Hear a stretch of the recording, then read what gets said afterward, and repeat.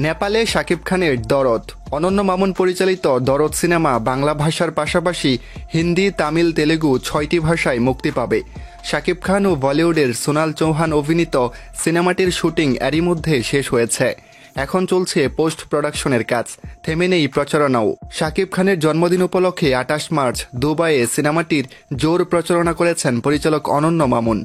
এবার পরিচালক জানালেন, বিশ্বের অনেক কিছু দেশের সঙ্গেই একই দিনে নেপালেও ছবিটি মুক্তি দেবেন। এরই মধ্যে দেশটিতে প্রচারণার পরিকল্পনা হাতে নিয়েছেন। 12 এপ্রিল থেকে আনুষ্ঠানিক প্রচারণা শুরু হবে নেপালে।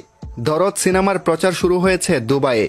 শাকিবের প্রথম প্যান ইন্ডিয়ান এই সিনেমার প্রচারে বিমান থেকে দরদ সিনেমার টি-শার্ট পরে লাফ দিয়েছেন প্রচার দলের একজন সদস্য।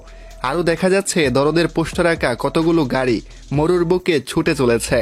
অনন্য মামুন বলেন, বাংলা সিনেমার বাজার সারা বিশ্বে তৈরি করতে চাই। একসময় নেপালের সঙ্গে বাংলাদেশ যৌথভাবে ছবি নির্মাণ করেছে। সেই ছবি বাংলাদেশের পাশাপাশি নেপালেও দারুণ জনপ্রিয়তা পেয়েছে।